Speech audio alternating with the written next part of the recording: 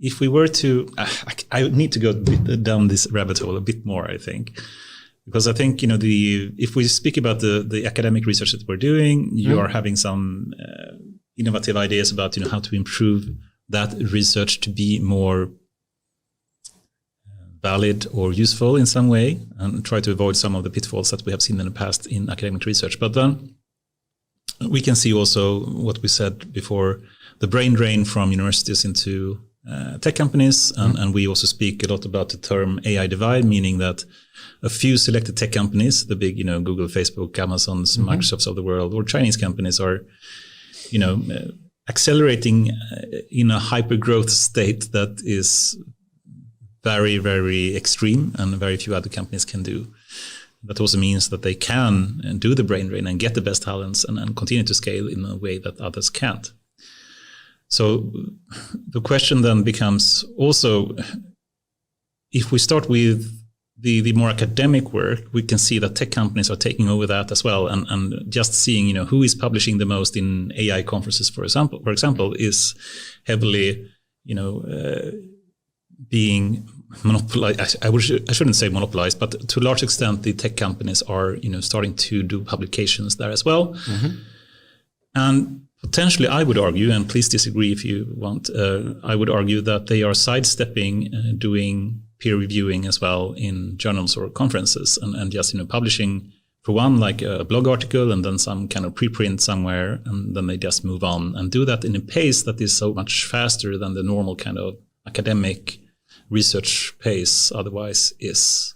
Would you, for one, agree with that?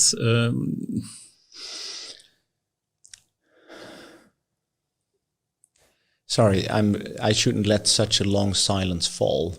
Yeah, it's perfectly fine. Elon Musk can have like 2 minute silences sometimes. So. Okay, I will try to avoid that. Sorry, I'll stay close to the microphone. Let me answer this in a kind of circular way, or a sidestepping way. In Software Center, we prioritize projects that involve more companies over projects that involve fewer companies. As a researcher, the big advantage is that rather than getting data out of my own lab or simulations, or getting data out of one company, I actually have data, empirical data, from multiple companies. Right. And I have realized how important it is to have empirically validated results, because otherwise it can so easily become storytelling. Yes. And, with simulations and all kinds of opinion-based research, it's so easy to basically create a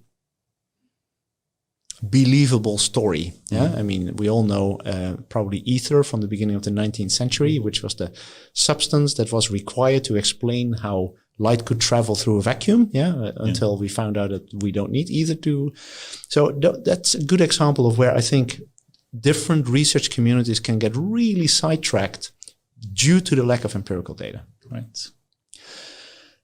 So I see where you're coming from, but it just happens to be the case that these companies are also the places where the most valuable, the most exciting, and the most large-scale empirical data is available.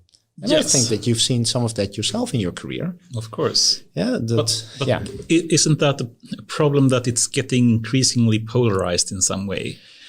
That it is accelerating in these kind of small, few selected, extremely large tech giants that are, just faster and faster doing the research and getting the value for it as well, and actually being able to move it in production in some sense.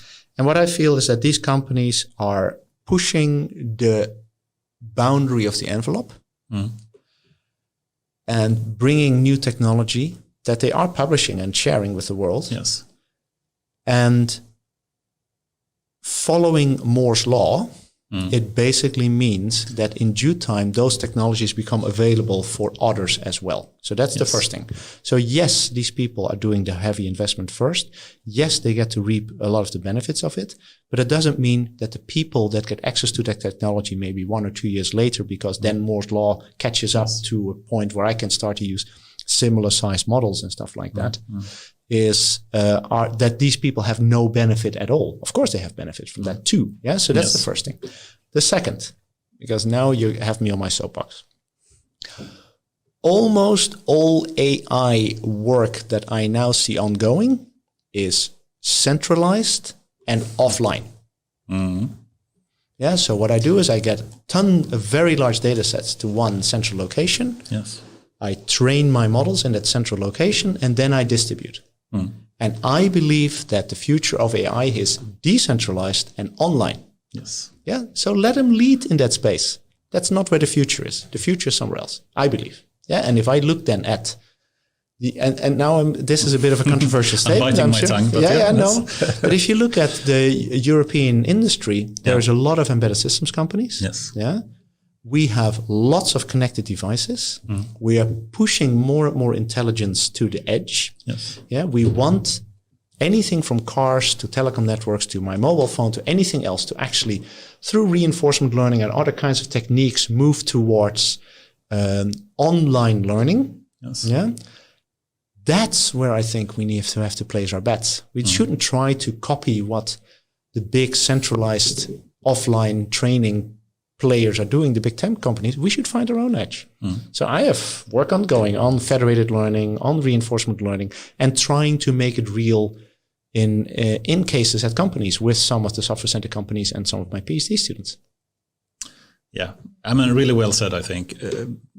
We shouldn't be limited and follow the norm, so to speak, about what these tech companies are doing. And I think, one of I think it was Sergey Brin in the Google previous founder that said, that, they're not really afraid about the big enterprise. They're really afraid about the small startup that have these kind of innovative ideas that do stuff in a new way that they haven't really thought about. Yeah. And we can certainly do that still. And we can still also take advantage of all the research they are doing, even if it is 2-3 years, behind what they are doing, it's still of value, and we can build on that in different ways, right?